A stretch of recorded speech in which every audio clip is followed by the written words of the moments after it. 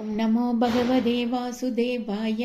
अथ 18 मैत्रेय उवाच।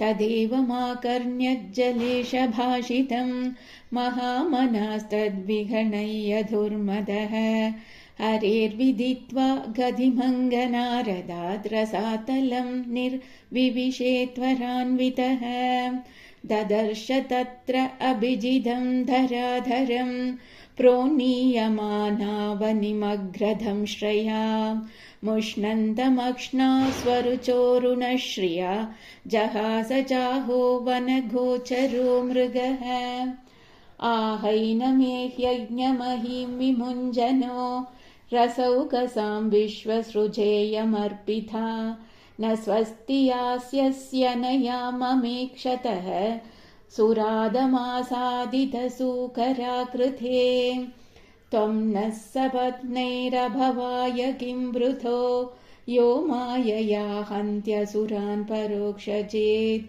त्वां योगमायाबलमल्पपौरुषं सन्ताप्य मूढप्रमृजे सुहृच्छुचः त्वयि सन्ति ते गतया शीर्णशीर्षणी अस्मद्भुजच्युतया ये च तुभ्यं बलिं हरन्त्यऋषयो ये च देवाः स्वयं सर्वे न भविष्यन्त्यमूलाः स तुद्यमानोरिदुरुक्थतोमरैर्दंष्ट्राग्रहां घामुपलक्ष्य भीतां तोदमृशन्निरघातम्बुमद्यात् ग्राहाहतः सखरेणुर्यथे भगः तं निःसरन्तं सलिलाधनुद्धृतो हिरण्यकेशोद्विरधं यथा जशः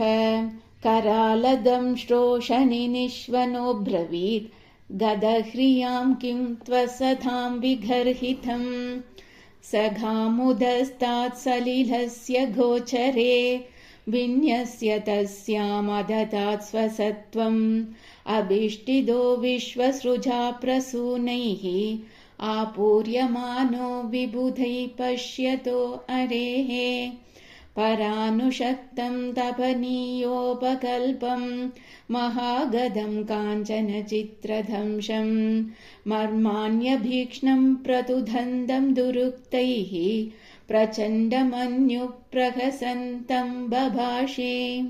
श्रीभगवानुवाच। सत्यं वयं भो वनगोचरा मृगा युष्मद्वितान् मृगये ग्रामसिंहान् न मृत्युपाशैः प्रतिमुक्तस्य वीरा विगत्तनं तव गृह्णन्त्यभद्र ये ते वयं न्यासहरारसौकसां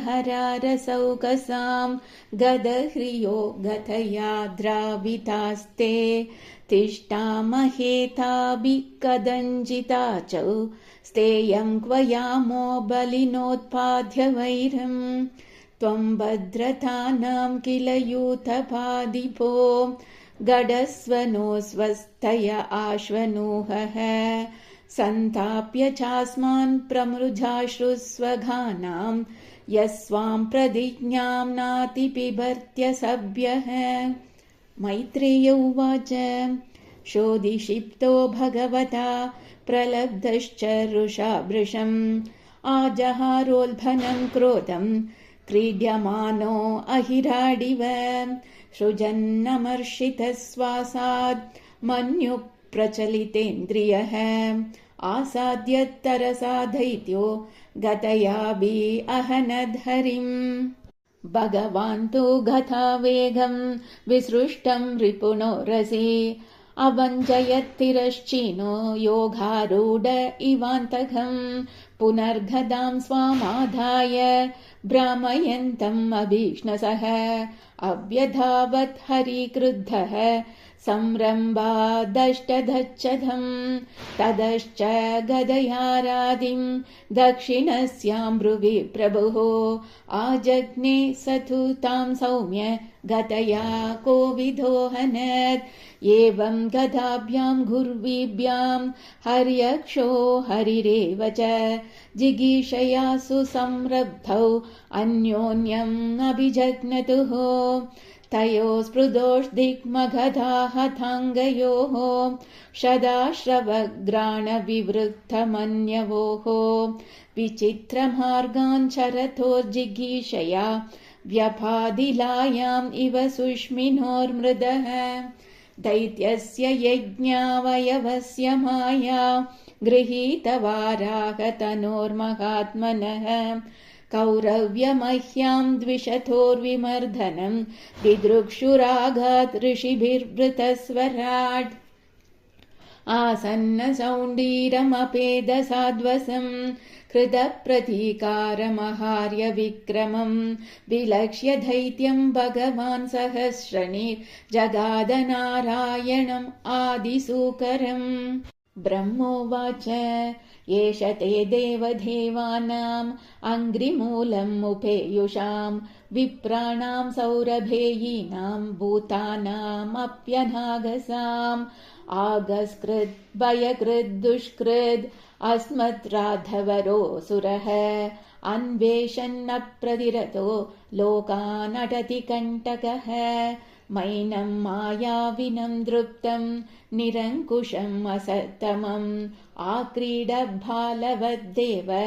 यथा आसी विषमुत्थितम् न यावदेष वर्धेत स्वाम् वेलाम् प्राप्य दारुणः स्वाम् देवमायामास्ताय तावज्जह्यगमच्युत एषा घोरतमा सन्ध्या लोगच्चम्पड्करी प्रभो उपसर्पदी सर्वात्मन् सुराणाम् जयमावह अधुनैषो अभिजित् नाम योगो मौहूर्तिको ह्यघात् शिवाय नस्त्वम् सुहृताम् आसु निस्तरधुस्तरम् दिष्ट्या त्वाम् विहितम् मृत्युम् मयमासादित स्वयम् विक्रम्यैनम् हृदे हत्वा लोघानादेहि शर्मणि।